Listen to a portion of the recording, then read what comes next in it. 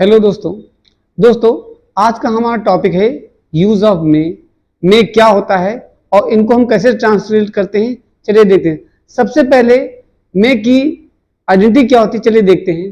देखिए दोस्तों, जब बात करते हैं मे की तो इन वाक्यों के अंत में हिंदी का सकता है, सकती है, सकते हैं आदि शब्द आते हैं, लेकिन इसका प्रयोग किस लिए करते हैं। देखिए दोस्तों, जब बात करते हैं मे की तो मे की हम तीन कैटेगरी में प्रयोग करते हैं। इसमें first one, to express permission and deny permission, second to express possibility, and the third one to express wish for someone.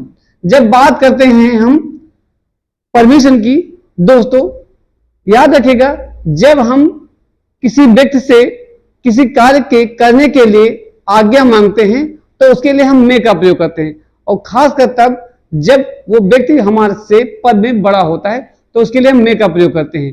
दोस्तों जब हम बात करते हैं मे की तो इसके लिए दो चीजों को आना बहुत जरूरी होता है, विच इज कि सबसे पहले प्राइमरी एक्सिलरी वर्ब क्या है एंड मॉडल एक्सिलरी वर्ब क्या है। दोस्तों जब बात करते हैं प्राइमरी एक्सिलरी की तो प्राइमरी एक्सिलरी का मतलब होता है वे क्रियाएं जिसमें जो वाक्य का सब्जेक्ट होता है उसकी क्रियाएं टेंस के कर्ता और नंबर के अनुसार चेंज होती हैं, उसे हम बोलते हैं प्राइमरी एक्सिलरीज। जब बात करते हैं मॉडल एक्सिलरीज तो मॉडल एक्सिलरीज का मतलब होता है जिसमें सब्जेक्ट के नंबर एंड पर्सन के अनुसार एक्सिलरी वर्ब चेंज नहीं होते। वाक्य का सब्जेक्ट आपको चाहे सिंगुलर नंबर हो या प्लूरल नंबर हो, सब्जेक्ट चेंज नहीं होता है। अब प्राइमरी एक्सिलरी के अंतर्गत निम्नलिखित चीजें आती हैं, जैसे हम लिखते हैं डू, तो डू को जब बताएंगे तो हम डू का डज, डिड कर सकते हैं। हैव की जब बात करते हैं तो हम हैज और हैड कर देते हैं। इस तरह से हम इनको चेंज कर सकते हैं। लेकिन जब बात करते हैं हम मॉडल एक्सिट की तो इसकी बहुत सी होती है। इसके अंतर्गत can, could, may, might, shall, should, must और टू मेनी मोर आती हैं। चलिए सबसे पहले देखते हैं मे के द्वारा जब हम किसी व्यक्ति को से परमिशन मांगते हैं तो हम ऐसे वाक्यों को ट्रांसलेट कैसे करते हैं।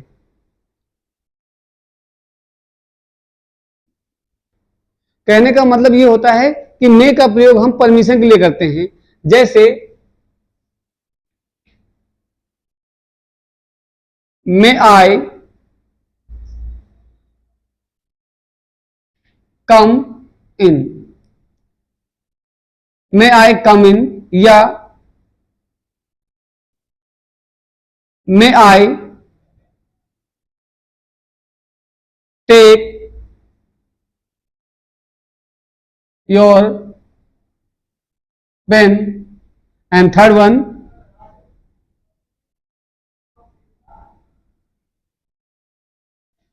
मे I talk to you, may I talk to you. दोस्तों अब देखिए यहां पे हर सेंटेंस में मे का प्रयोग किया गया है।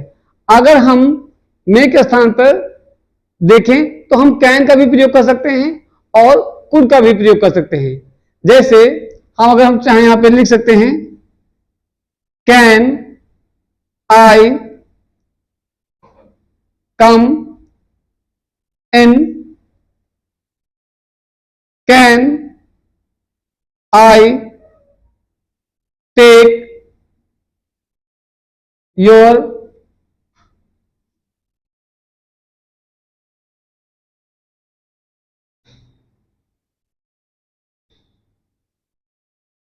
Can I take your pen. लेकिन याद रखिएगा दोस्तों, जब बात करते हैं मे की तो मे जो होता है इसमें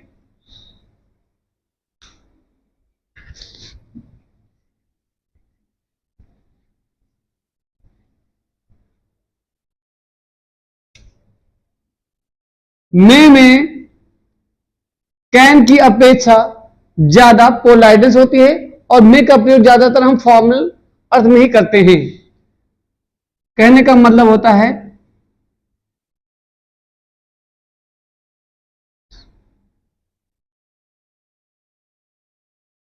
मे के द्वारा ज्यादा पोलाइटनेस दिखाई जाती है rather than can और could के। सेकेंड थिंग, मे का प्रयोग हम तब करते हैं जब कोई व्यक्ति पद में हमसे बड़ा होता है, और इसका ज्यादातर प्रयोग ऑफिस में, स्कूल में और कॉलेजों में किया जाता है। कैन का प्रयोग हम तब करते हैं जब कोई व्यक्ति पद में हमसे छोटा हो, तो उसके लिए हम कैन का प्रयोग कर सकते हैं। लेकिन जब बात पद की, बड़े की, हमसे कोई बड़ा व्यक्ति होता है, तो उसके लिए ज्यादातर हम मे का प्रयोग करते हैं। अब जब बात करते हैं परमिशन, तो जरूरी नहीं कि परमिशन में वो हाँ ही कहे।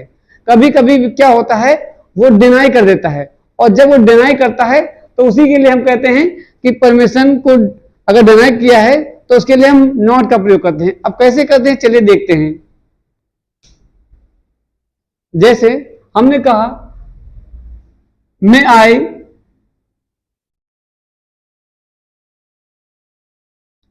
आई सिट हियर,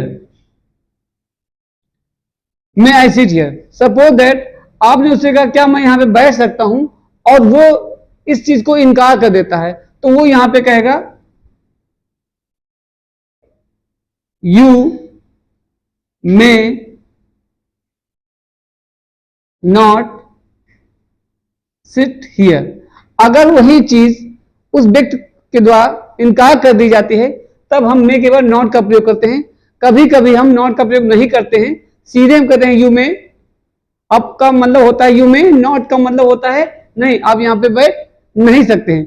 चलिए अब देखते हैं संभावना। संभावना का मतलब होता है जब किसी कार्य की होने की संभावना को व्यक्त किया जाता है, तो इसके लिए भी हम मे का प्रयोग करते हैं। ऐसे वाक्यों में कार्य हो भी सकता है और नहीं भी।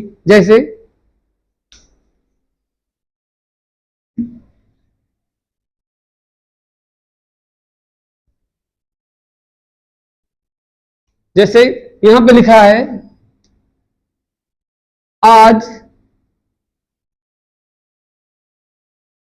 बारिश हो सकती है।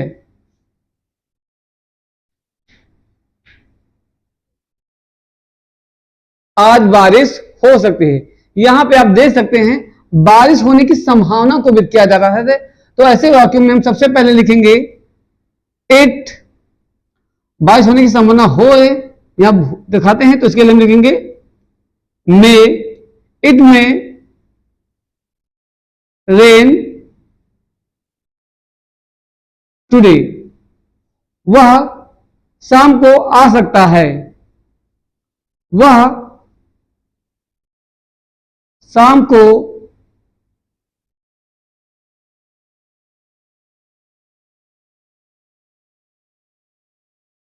आ सकता है। ही में कम इवनिंग, ही में कम इवनिंग। अब इस तरह से हम देख सकते हैं कि यहां पे संभावना जब व्यक्त की जाती है, तो इसके लिए हम मे का प्रयोग करते हैं।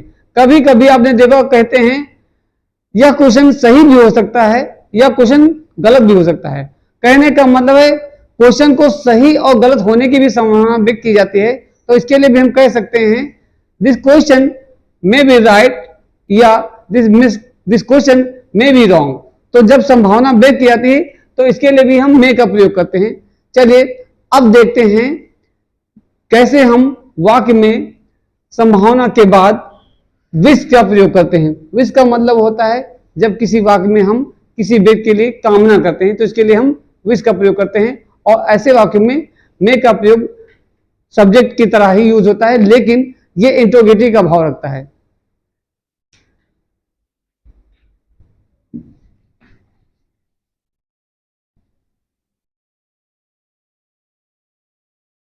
जैसे देखा होगा, जब हम किसी की व्यक्ति की मदद करते हैं, तो उसके बदले में वो हमारे अच्छे होने की कामना करता है, तो इसके लिए भी मे का प्रयोग। जैसे मे यू लिव लॉन्ग, या may you get good job, may you live long may you get good job। इस तरह से भी हम मे का प्रयोग कर सकते हैं। अब बात करते हैं, कभी कभी पर्पज या उद्देश्य बताने वाले वाक्यों के लिए भी हम मे का प्रयोग करते हैं। इसका प्रयोग कैसे करते हैं, चलिए देखते हैं।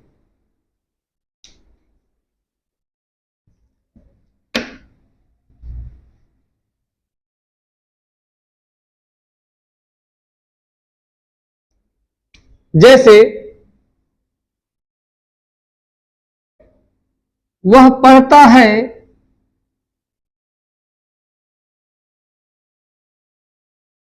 ताकि वह पास हो जाए।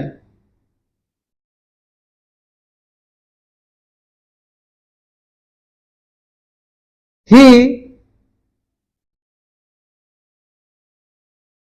रीड्स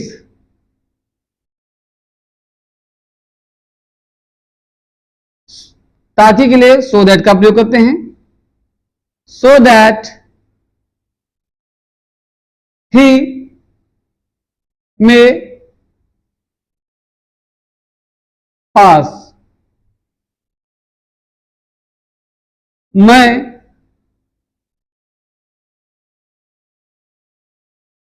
मंदिर जाता हूं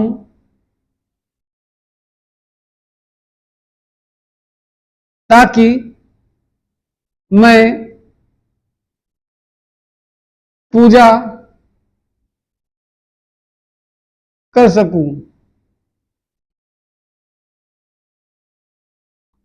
आई go to the temple so that I may worship। इस तरह से दोस्तों हम मे का प्रयोग करते हैं। चलिए अब देखते हैं माइट। माइट क्या होता है और इसके सेंटेंस कैसे बनाए जाते हैं। दोस्तों जिस तरह से हम वाक्यों में मे का प्रयोग करते हैं, इसी तरह पास्ट होने पर हम माइट का प्रयोग करते हैं। माइट के वाक्यों के अंत में ज्यादातर सकता था, सकती थी, सकते थे आज शब्द आता है। लेकिन जब हम बात करते हैं कि इनका प्रयोग कैसे करते हैं, चलिए देखते हैं।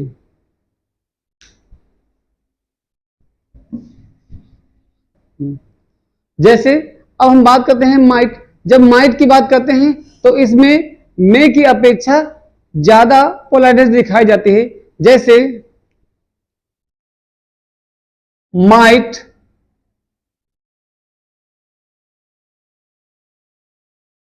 आई take your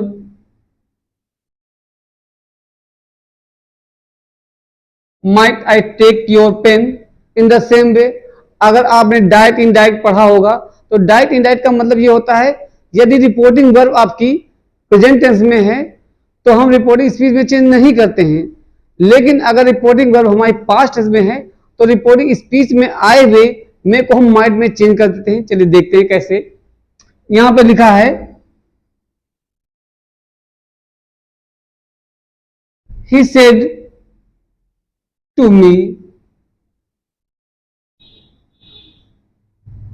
you may sit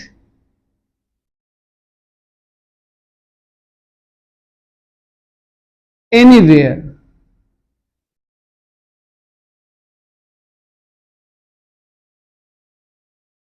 यहां पर रिपोर्टिंग वर्ब हमारी पास्ट में है। ही टोल्ड मी, और जब इनडायरेक्ट बनाते हैं तो ऐसे वाक्य में आए हुए इन्वर्टेड कॉमास को हटा देते हैं। उसके बदले में हम कंजक्शन दैट का प्रयोग करेंगे। दैट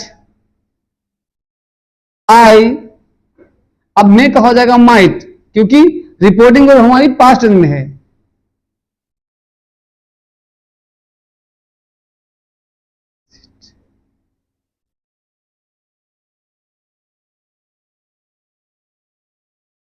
और इसके साथ साथ माइट का प्रयोग हम तब करते हैं जब वाक्य में हिंदी का शायद शब्द आए। अगर शायद आता है तो इसके लिए भी हम माइट का प्रयोग करते हैं। अगर कोई व्यक्ति कहता है वह आ सकती है तो हम यहां पे कहेंगे सी मे कम। लेकिन अगर हम कहते हैं कि वह शायद आ सकती है तो इसके लिए हम माइट का प्रयोग करेंगे। कैसे करते हैं, चलिए सीखते हैं।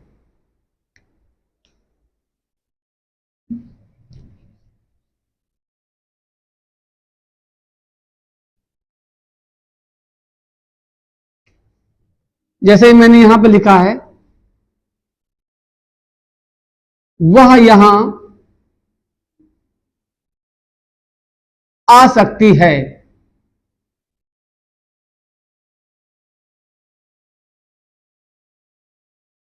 वह यहां आ सकती है तो हम इसके लिए लिखेंगे सी में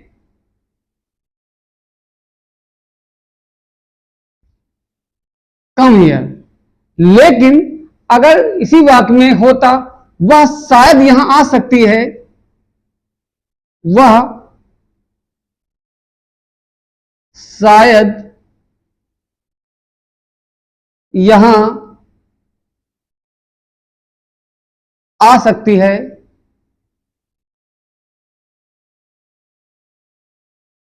देखिए दोस्तों यहां पे हिंदी का शायद शब्द आ रहा है। शायद के द्वारा संभावना अधिक दिखाई जाती है तो इसके लिए हम माइट का प्रयोग करते हैं मे के स्थान पर। तो इसका ट्रांसलेट होगा सी माइट कम हियर। या वह शायद तुमसे मिल सकता है, सी माइट मीट यू। तुम शायद उसे पढ़ा सकते हो, यू माइट टीच हर। इस तरह से हम जिन वाक्यों में शायद शब्द आता है इसके लिए माइट का प्रयोग करते हैं। आशा है जो मैंने आपको पढ़ाया में क्या होता है, माइट क्या है, आपको समझ में आया होगा। और मैं कोशिश करता हूं कि हर चीज को एक डिटेल में बताने की, ताकि आप हर चीज को बारीकी से समझ सकें। चलिए मिलते हैं हम अपने अगले वीडियो में, जिसमें मैं आपको पढ़ाऊंगा कि वुड का प्रयोग क्या होता है और इसके सेंटेंस को कैसे बनाते हैं। Thank you so much.